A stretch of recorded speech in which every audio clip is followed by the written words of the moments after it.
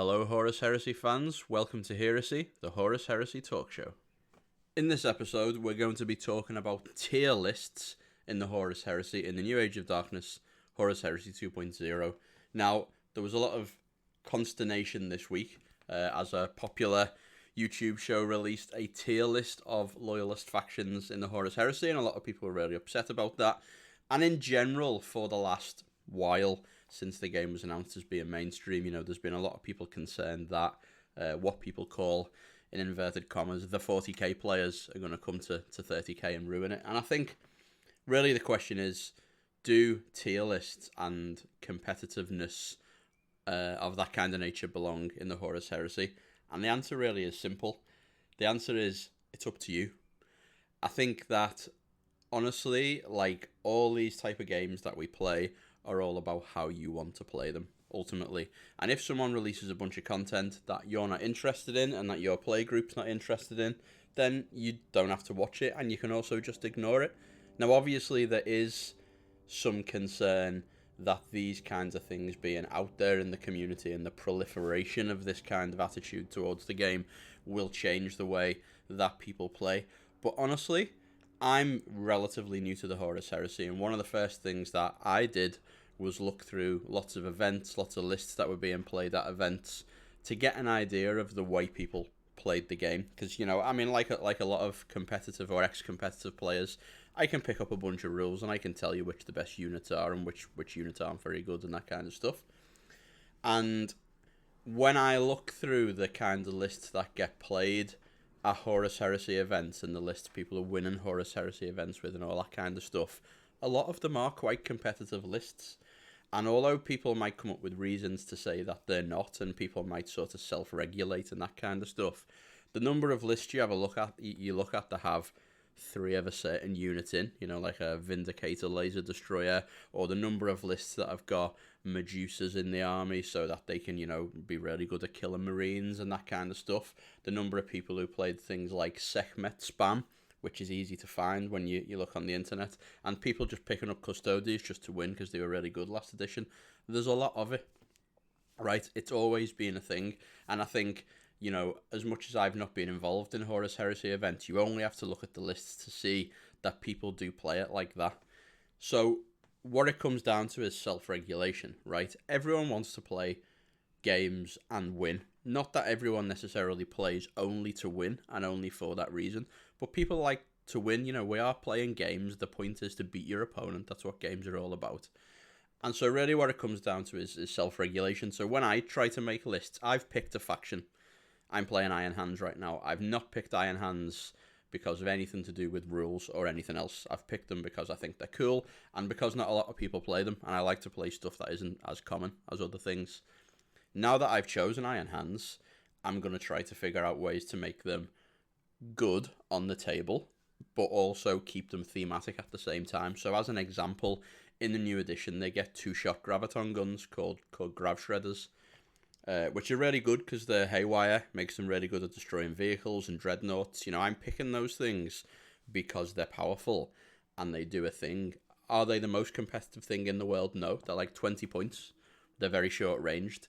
They're probably not min-maxed, but within the army I've picked, they fit the theme of the army because, the Iron Hands are apparently love Grav, and also they're pretty good, so I'm building the army to make use of them as best I can. So I'm going to try to get those Grav guys close. I'm going to try to use them to blow up my opponent's vehicles.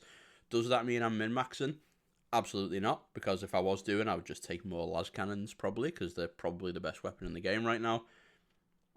But it does mean I'm trying to play to win still.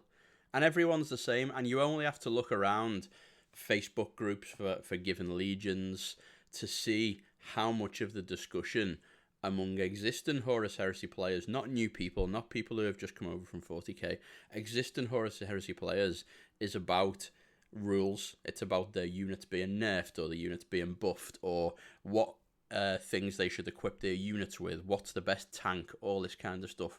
People care about winning games, and there's nothing wrong with that.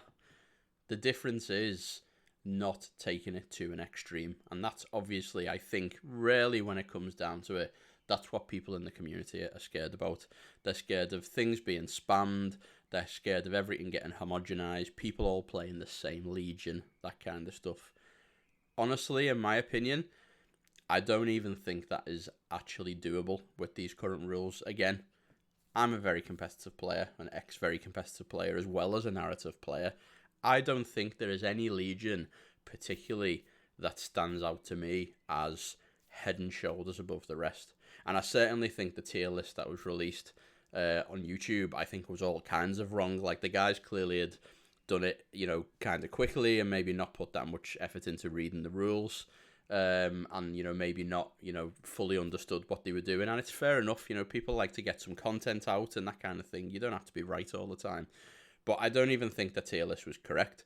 I think the gap in, the things that you could consider maybe, like, better.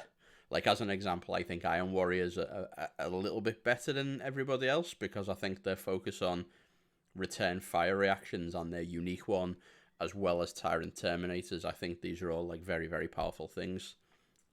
But they're not much different than any other Legion. And I think if you're building your Legion in such a way as it's built to also try to win games without taking it to an extreme, then you're going to have great games with people. And I think that's all that matters. So, in the end, do we need tier lists? Well, no. But does it really matter? Does it really harm anyone? Also, no.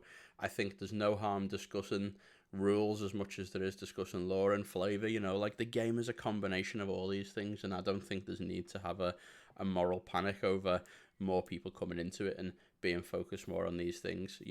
If you're running an event, you can comp your event however you want to control these things, right? If you want to look at, certainly what I will be doing with events, in my opinion, is I'll just be looking at the lists that have been submitted, and if I think any of them are over the top or anti-fun, I'll be telling those players that that's not a list that we want to see at the event. Very, very simple. And I believe this was quite commonplace with people running Custodes or, Sekhmet Terminator spam previously. I'll be doing that. And if you're playing outside of an event setting just with friends and that kind of stuff, that's also the perfect environment for self-regulation and making sure you're having good games. So nothing anyone can do on YouTube, nothing anyone can put out in terms of content is going to ruin your game if you don't want them to. And I don't think schisms in the community help anybody. I don't think we really need arguments in the community, certainly about whether people should be making content or not. Everyone's grown-ups, predominantly.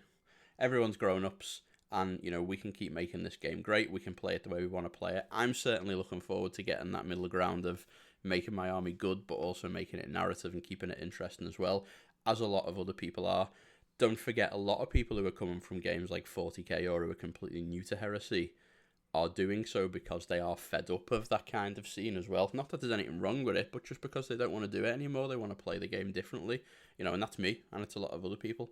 So, yeah, I think, I don't think we need to worry about all this. If people want to put tier lists out, fine. If, if you're not into that content, certainly don't watch it.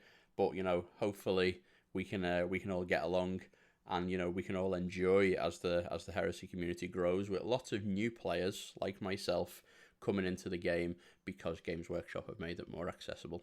So thanks very much to listen to my opinion on that.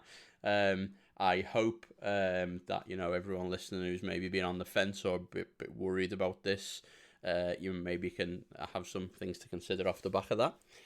If you enjoy my content and if you enjoy what I'm doing, I would love a comment or a like or a subscribe. I'm sure this kind of video in particular is ripe for some comments, and I promise it's not intended to be clickbait, but I just think it's a nice discussion to get right rather than to turn into some internet arguments. So please do comment and let me know what you think as well.